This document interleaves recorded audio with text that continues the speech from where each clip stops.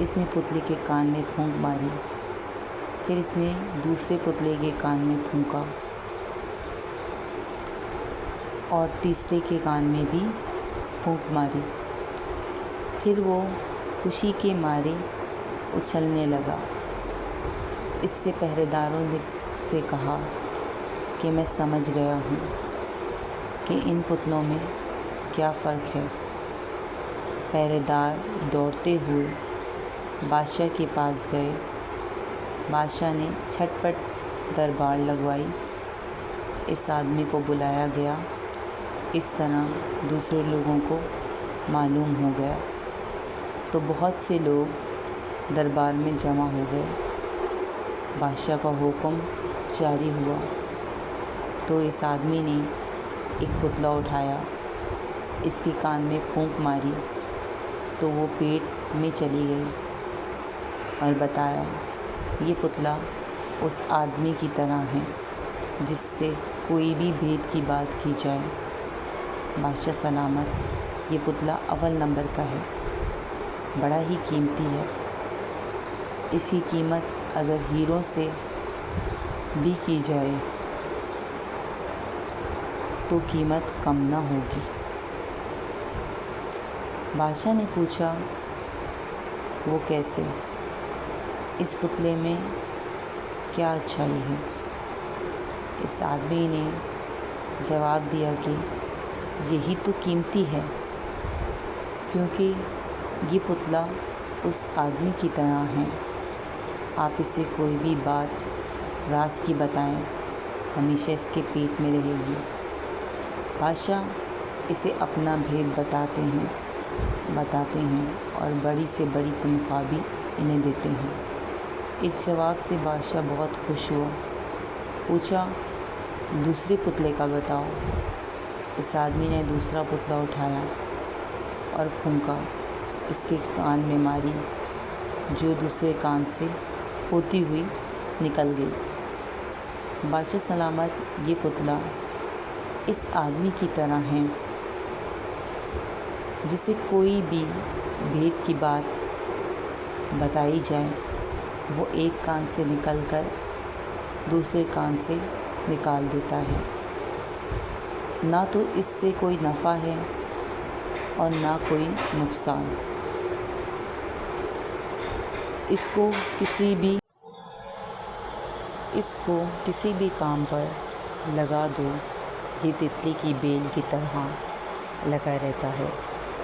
اس کی کوئی قیمت مقرر نہیں، جو چاہے دے دو، اس کے لیے بہت ہے۔ بادشاہ اس جواب سے بھی بہت خوش ہوا اور پوچھا اچھا، اب اس تیسرے پتلے کی بارے میں بتاؤ، اس میں کیا بات ہے؟ اس آدمی نے تیسرا پتلا اٹھایا اور اس کے کان میں پھونکا، پھونک اس کے کان میں سے ہوتی ہوئی منہ سے نکل گئی۔ اس آدمی نے کہا بادشاہ، یہ پتلا 2 کوڑی کا بھی نہیں ہے، یہ پتلا اس خراب آدمی کی طرح ہے جس سے کوئی بھی بھید کی بات کی جائے تو جھٹ دوسرے سے کہہ دیتا ہے۔ جہاں کوئی بات سنتا ہے بس بے جانے پرکھے ہر ایک سے کہتا رہتا ہے۔ ایسا آدمی جھگڑے کی جڑ ہوتی ہے۔ ایسے آدمی کو لوگ اگر بھید بتائیں تو وہ بھید کو چھپانے کے بجائے اسے دوسروں کو بتاتا ہے اور اس سے بڑا نقصان ہوتا ہے، اور یہ کسی کی عزت و آبرو کا ذرا بھی دھیان نہیں رکھتا۔ بادشاہ اس کے جواب سے بڑا خوش ہوا۔ بادشاہ نے اس آدمی سے پوچھا اب یہ بتاؤ، تمہیں سمجھ میں یہ بات کیسے آئی؟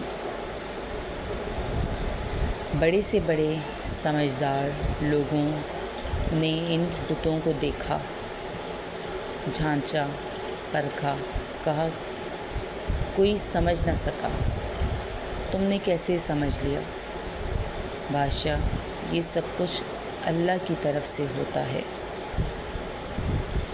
اگر وہ کسی کے دل میں نہ ڈالے تو پھر کچھ نہیں ہو سکتا۔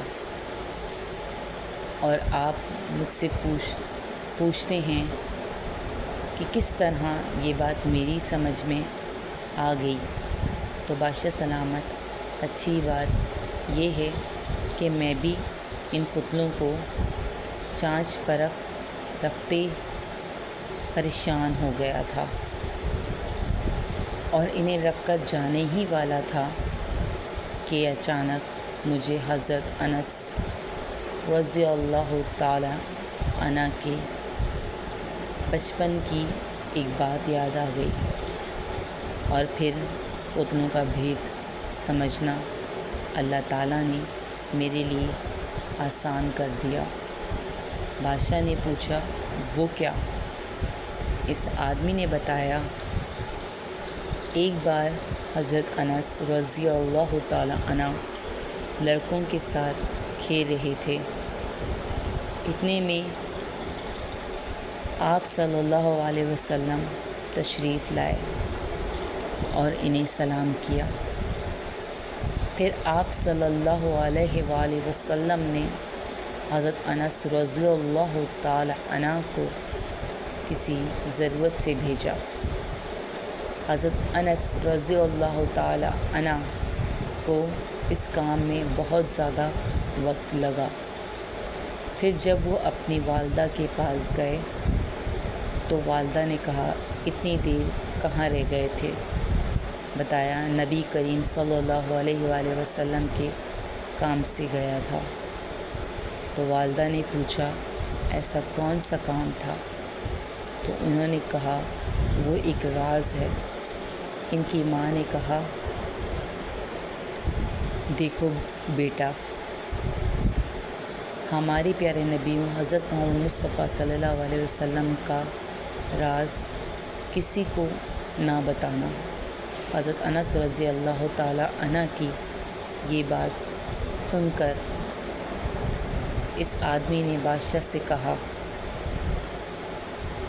جب سے میں نے یہ بات پڑھی ہے تب سے میں سمجھتا ہوں بھید کا چھپانا ہی بڑا قیمتی ہے، اور بھید کا کھول دینا دو کوڑی کی بات ہے۔ مجھے یہی بات یاد آ گئی، اور پھر اللہ تعالیٰ نے میرے لیے پتلوں کو سمجھنا آسان کر دیا۔ بادشاہ نے کہا، سچ میں پتلوں میں یہی فرق ہے۔ اس کے بعد بادشاہ نے اس آدمی کو اپنا وزیر بنا لیا۔ ایمان فروز واقعات۔ سبحان اللہ۔